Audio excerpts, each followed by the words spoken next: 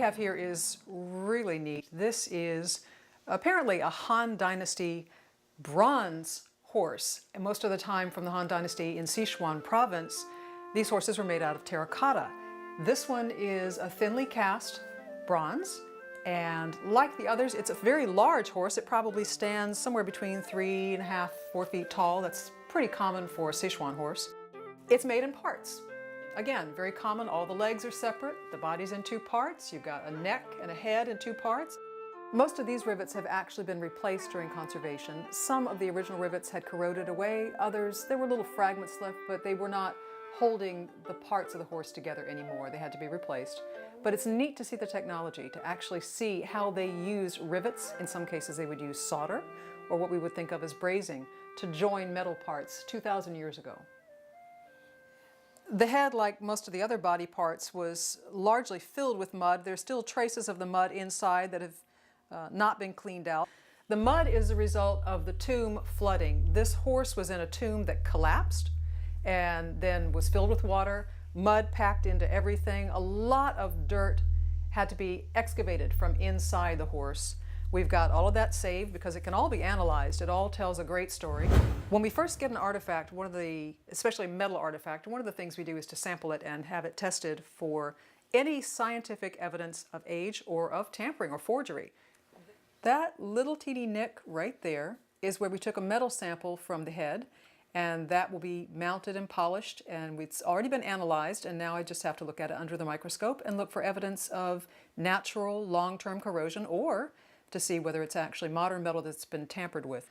There are some very convincing fakes out there. If you look at the outside of it, you'd swear that it had just centuries and centuries of natural corrosion. You look at the interior, you find it's a completely modern bronze that somebody has worked very hard to fake. In ancient times, the horse was the symbol that was most used by the aristocracy to symbolize wealth and power. It was considered the brother to the dragon and was therefore able to take messages to the gods for you. During the Tang Dynasty, the golden age of China, horses were thought of much as people and were brought into the court to dance and to drink wine from cups at the tables along with the rest of the nobility. When it comes to restoring an artifact, one of the common mistakes that many people make is they go too far. The piece is old. It's supposed to look old. They try sometimes to take it back to its original state when it was first made.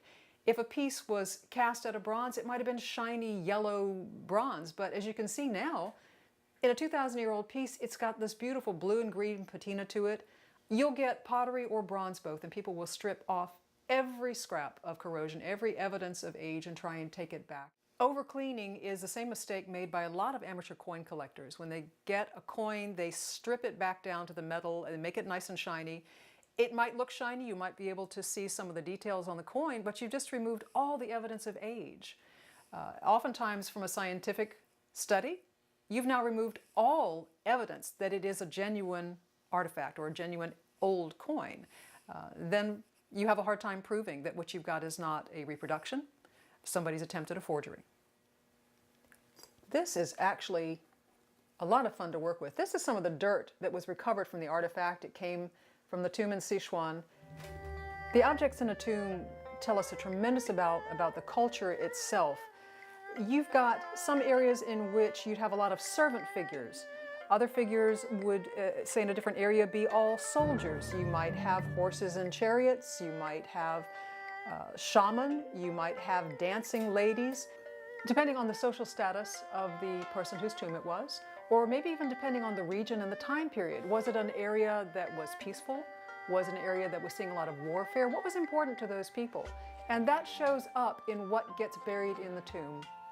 You get practical things, you get pots, you get cookware, you get weapons, you get toiletry articles, beautiful cosmetic boxes, lacquered dishes for serving food, but you also get indications of whether this was an area of peace and prosperity, whether it was an area that was frequently invaded by other people, especially in some regions of China. You get a lot of the nomadic groups living up in the northern parts who would actually swing down into what we now think of as China and wreak tremendous havoc. Crops were destroyed, trade routes were disrupted.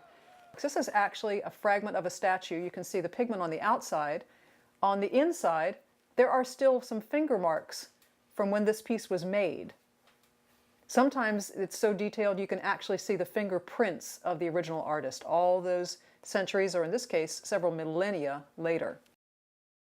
The contents of a tomb are a fantastic snapshot of what happened in a region of China years and years ago.